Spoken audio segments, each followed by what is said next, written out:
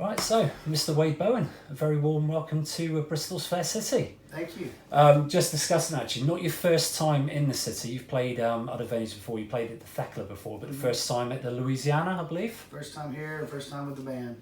And yes, it's the first time the guys have actually been in the city. Then in that case, okay.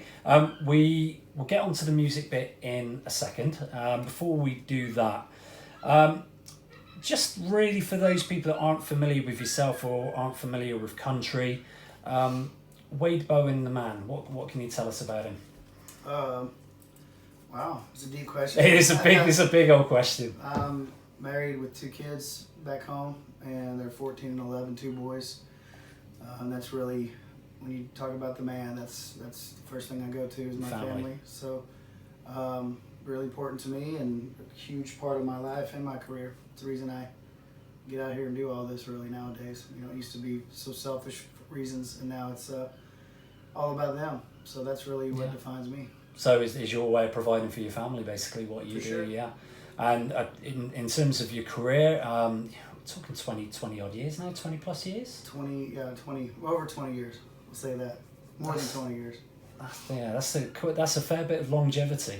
You feeling the battle scars have been out on the road for 20 years, or is a lot of battle scars. I tell everybody, a lot of times during the shows, I'm like, man, road has tried like hell to get rid of me, and I'm still hanging around like a stubborn mule, So, I love playing though, and we had a crazy year last year where I lost my voice and had to cancel the whole Europe tour and 3 months total. So, a lot of shows. It was I don't ever stop touring. I'm playing all the time, 150 shows a year. So I was going to say 3 months of touring for me is a long time. Yeah, a bit of on the workaholic side. In terms of your perception of the UK, you've obviously played here before. Does it surprise you as an American coming outside of the United States anywhere, just how big country has become outside of the homestead? Yeah, it does. I don't know if it surprises me. It's really fun to see it and feel it. I really love the way that people listen to music here. It's slightly different. Okay. It's just a little more particular about things, and they're I don't know. There's a certain respect they have for the music and the artists that are on stage, than what we're used to, and it's pretty cool to feel that. That's quite interesting actually, because I was speaking to the Stroppies and they came over from Australia to play in Bristol a couple of weeks ago, and they said something similar, and we were sort of going back and forth and wondering if that may be just because you're effectively you're a foreign artist, and so you've got the respect of your visits in our country, and maybe if it was a British artist playing in somewhere in Texas, that they would feel the same way, or whether it is just a different vibe from the crowds.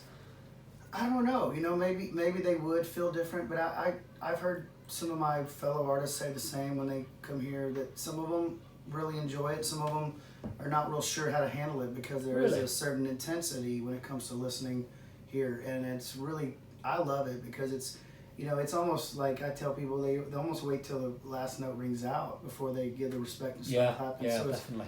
You're not, where I come from, it's a lot of beer clank in the air and fist. A bit more boisterous. Yeah, it is, and that's just the way it is where we listen to where people listen to us and the Texas and a lot of the United States. It's just the way they listen to it there, and it's really fun. Don't get me wrong. Yeah. But there is a certain, even last night. It's a different sort of respect for the music, not better or worse. It's just a different respect. Yeah. It's really cool. I really love it. It must be a cultural thing then. It must be. I think it's just an appreciation for the arts. It's really neat. It's really, really cool. Okay. I really enjoy it. In terms of country, if I were describing country music to people that don't necessarily listen to it, I call it every person music. In terms of if you're a working guy or a working girl, the lyrics are very much about real life. It's quite a grounded form of music. There's music about your mother and songs about your lover and your job and your bills. And do you think that's why it connects so deeply with people? I think so too. I think there's a simplicity about country music that is its biggest strength. And I mean that in the highest of regards, in the way that blues is so simple.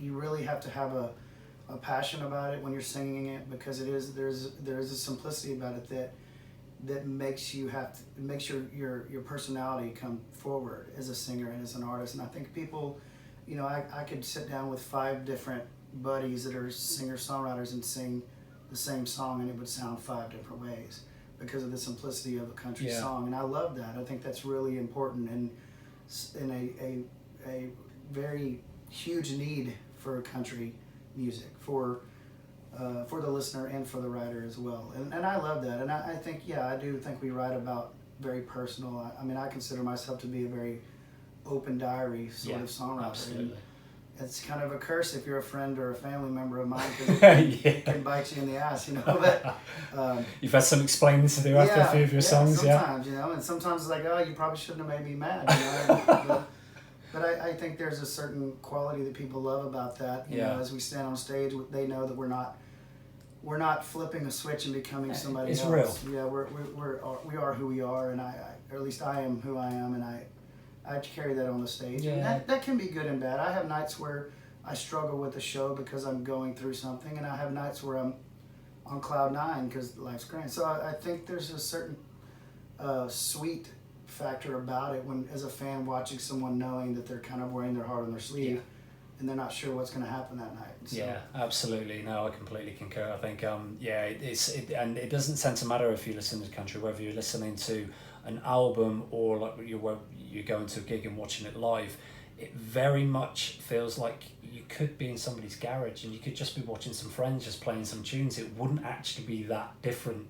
And that just comes across, and I say it just keeps it as a grounded form of music and keeps it real. Yeah, and that's exactly how a lot of us started, in the garage, in the living room, and still do a lot of it. That's where I still do a lot of my writing, and so I think we just carry that on the stage. You touched on it earlier, and it's something I've seen in previous interviews, that you are a strong family character. You're very much a family man.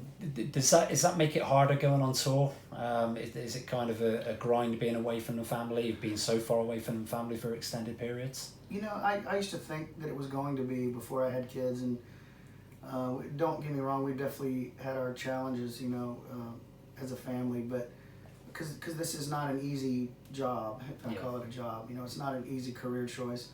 But I have such great kids and such great family that really supports what I do, and so it makes it, like I tell people, it makes it more difficult to leave, but it makes it more fun to come home. So they kind of balance themselves out, and everyone in our family, in our household, and even my mom and dad, who I'm very close to, I don't see them as much as I'd like to, but everyone knows that I'm out chasing down my dream and chasing after what I believe in and what I want to do with my life. So they embrace that and accept it and are very encouraging and really, really love that I do that, and love seeing me being happy out here doing that. So that really calms me down and makes it all worthwhile. I think in terms of, again, you've touched on it earlier, but describing you would probably say workaholic. You'd probably agree. I've described you previously as king of gigs, because the amount of shows that you actually put on is incredible. With that said, do you still get the same buzz playing live now or at the end of a tour that you got 20 years ago when you first sort of set on stage, or has it changed over the years? I still enjoy it. I enjoy it more now than I ever have. Really? Oh, okay. I just feel I feel like I have a body of work that I've worked for so long on, and there's a confidence that I can take that to the stage. Yeah. I often ask myself, when I see younger artists, could I go back and do that again? Could I go back and start all over where nobody is listening, or maybe nobody knows the songs yet? I don't know if I love it that much to go back and start all over. It's probably, it probably some ways is easier actually these days with social media and things, to be able to get your sound and get your music out there. Whereas when you were starting, you were literally, presumably just going bar to bar to bar to try and fan by fan, trying to get them to spread the word and not forget you. So I'm not sure I love it that much, but I'd like to think I would if I had to. I really love playing music, and I think it says a lot that I do. I mean, this is not financially beneficial for me to come to Europe and play from the States, and but it's something I really it's just another challenge for me to come over here and try to build something the way that I have in trying to build something in California or on the East Coast of the States. It's the same thing. It's just another avenue for me to try to get more people and get in front of more people with our music. And so I don't think somebody would do that if they didn't enjoy if playing you've lost music. the buzz. I would just stay in Texas and play a few shows here and there and be done. So. In terms again of your work rate, one of the more prolific album makers that I can think of, there's some of the other bands I follow, you can go 4, 5, 6 years between anything new coming out. Pretty much on average, you're kind of every 2 to 3 years. Does that just give an insight into the amount of ideas and the creativity that you seem to have still now going through you? Yeah, and also I would do it quicker if I could. Really? I just because it's not a radio based career. It's solely based off touring and all that. So I think it takes at least a year for an album to get somewhat known by any of your fans or other people outside of that you're trying to grow. I think it takes at least a year and then another year to kind of start gearing up for the next record. So if it's up to me, I'd make them quicker. It's kind of senseless to do it, but I do love the process. I love, one of my favorite parts of the whole business is taking a song that I wrote on my guitar and feeling it come alive for the first time in a studio. It's really amazing. And it goes to the band and the guys that you have in the studio at the time to hear their thoughts on how they interpret the song and everything. It really is like having a kid, or almost not quite that extreme. But I was going to say, actually, because it's something I've heard you say previously, is it fair to say that you enjoy the technical aspect of putting a song together more than so things like putting the harmonies together more than like the melody and things like that? That's where your sort of your passion lies, or is it everything? I think it's everything. I think I enjoyed the melody and then tracking the song, and then kind of letting a producer kind of take it from there. I think I enjoy that the most. Yeah. Even though I'm pretty hands-on the entire process, I do really love creating the melody, creating this actual song, and watching it come alive. I really enjoy that process a lot. And moving on to, it's the reason you're here, moving on to Solid Ground. What an album. What an album. It's been on loop in my car for the longest time. Thank you so much. And I watched the other day, actually, I watched your documentary, Inconsistent Chaos, just to kind of get an insight into, and some people will know, some people won't know, but 2018 was obviously an incredibly challenging year for you on a personal level. Has the process of developing the album and then writing it and performing, has that been kind of cathartic in terms of where you were last year and being able to sort of get that out of your head onto paper and then performing it? Has it helped at all? Well, Solid Ground was actually already done. It was it was part of that. I worked harder than I've ever worked on an album for Solid Ground. So I love hearing you say that you love the album, because I was pushed by my producer really hard, and I really pushed myself, and then the album came out, and then my voice went down on me right when the album came out. So I'm kind of starting all over. Once I came back, I was out for 3 months, had surgery and everything and all that happened in that documentary.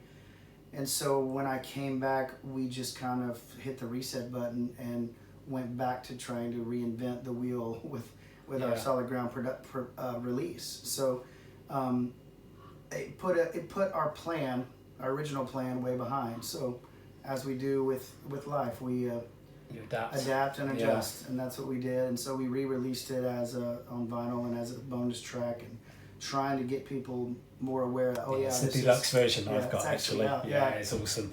The vocal cords are okay now. No sort of problems. That must have been a hell of a scary time. Yeah, it's your profession. If you lose that, then I can't even. It's like a surgeon losing a hand in an accident, or a photographer losing his sight. It's just. It was a terrifying time. There was a time in there when I wasn't real sure if I was ever going to sing again, and that was very scary for my family. And I've got a 5-piece band, and I've got 5 crew members and a manager and all those, and so you start thinking about them and their families as well, and it just it was a terrible time, man. It really was. It seemed like everybody really rallied around though to get you through, which is again a reflection on you and how much they think and feel about you, for people to close ranks, come together and help you through that time. Oh yeah. You know, you find out who your friends really are when you're down, and you know, I that documentary was kind of, it wasn't forced on me, but they, you know, they brought the idea to me, and I was kind of I don't know if I wanted to do that. I'm not sure I want to open up that much and talk about all of that, but I'm really glad that I kind of was pushed in that direction to do it and agree to do it, because I think it's really good to not only get it off my chest, but also show people that there's so much more that goes on behind the scenes of artists like us. It's so important to show. It shows you humanity, doesn't it? Yeah, it's not just about playing the music, and it just shows you humanity to it. In terms of the actual album, say from my perspective, as a fan, it's my favourite thing you've ever done. And I think certainly the songs like Dare to Dead and Cornwall Demons are just exceptional. They're the ones that I kind of repeat. Have you got a personal favourite on the album? I've really loved So Long 6th Street since the moment I wrote it. I felt like that was just it's a challenging song to sing every night, but I just love the anthem feel to it. It just makes me smile every time from the moment we wrote it. I just like this is, and I wrote it that morning, in the morning of we were in the studio. I wrote it that morning with my producer, and then we recorded that afternoon. So wow. Kind of cool how we had a few of those that were like that. Yeah, it was so natural, just literally just flowed. Yeah, I really love that one. And the bonus track, Yours Alone, was cut off the record originally. Yeah. And because I overthink everything, and I felt like it didn't fit the project as a whole originally. And so with the deluxe version now, that being out, that was actually probably my favorite track. So I'm glad it's actually on the record now. That's interesting. So yeah, it didn't make the cut originally, but now looking back, it's right up there in your thinking. Well, you know, the record was a love letter to Texas for me, right? My home state, where I wanted people to kind of feel where I come from. The music is rock, and it's blues, and it's country, and it's Tejano, and all of those things. And so the album was meant to feel like a concept album without it being, it's not lyrically, but I wanted it to feel that way. And overthinking it, I put, you know, I thought A Pretty Love Song did not fit that overall. I just thought it messed with it a little bit, so I pulled it off the record. And such is the life of an artist, I suppose. You're always sort of second guessing and doubting and critiquing yourself. Yeah, man. I mean, it's just the way it is. I pulled songs off of records all the time. I always have every single one, and a lot of them never see the light of day. So I'm glad this one did. And just moving sort of back to the family side of things, something I was quite keen to hear on, and I think other people quite enjoyed to hear it as well, is just how much in terms of your local community mean to you. Can you tell us about the Wade Bowen Family Foundation? Yeah, man. I've been doing charity work with my event for over 20 years now, but the actual foundation is 6 years old now. It's kind of morphed from it's like a 3-day event, is it now annually? We used to be one day, one event. Now our signature event is 3 days, but we have other events that we do throughout the year. It's a year-round. Our family works full time, year-round on the foundation now. So we're giving every quarter we find an organization. They submit reasons as to why they need the money. We go through it about 3 to 4 times. And they're all locally based, I believe, as well, aren't they? Also. Yeah, we go into if the Bowen Family Foundation came to Bristol and did an event, our battle cry would be, all the money raised stays in Bristol. Excellent. It doesn't go anywhere else. Yeah. So we go into some other cities. Right now, our signature event, our flagship event, is in Waco, my hometown where I grew up. So that money that we raise for that weekend stays in our local community. But I just think it's a really great battle cry to go into people and say, okay, you're doing something for your community by being here and being a part of it. Giving back. It's not going to go somewhere else. Huge thing. And I think I'm right in saying it's over $3 million, isn't it? We hit $4 million. That's insane. $4 million, this year. That must make you incredibly proud. It is, man. Really, it goes to like I said, I'm close with all of my family. So it's a statement for them. It's a pride that they have as well. My mom and dad, my sisters, brother-in-laws, everybody. So they all take a lot of pride in this event and this foundation. That's why it's the Bowen Family Foundation, because it's not just about me. It's so many other people that are doing way more to make all that happen than I am. And another string to the bow, I believe you're quite a foodie, and I believe there might be a restaurant back home that you're tied into as well. Is that right? Yeah, I have uncles that have had restaurants, and our family's really big into cooking. I wish I was better. Proper Texan food, or is it kind of my restaurant? My uncles had more. How would you say it would be more like Southern cooking. It was burgers and chicken fried steaks, and my restaurant is out south of Houston, and in it's barbecue. It's a barbecue restaurant. So it's as Texan as it gets. Oh, that sounds great. So you're a big foodie anyway, aren't you? Then it's my favourite food as well, barbecue. I love to experience new food. I love to try. I love to go eat. I love restaurants, and that's my favorite thing. Fish and chips and mushy peas, don't forget, when you're over in England. Oh yeah. That's the staple. I've had it, yeah. I love it. I think we'll draw a line now. You guys have got to go and get ready. We've gone way over the allotted time, so apologies for that. I know you got the warm up, but really, really appreciate you taking the time to talk to us, Wade. We're not over the time, and I'm always happy to chat about music or whatever. So really cool. Looking forward to the show. Thanks for your time. Me too.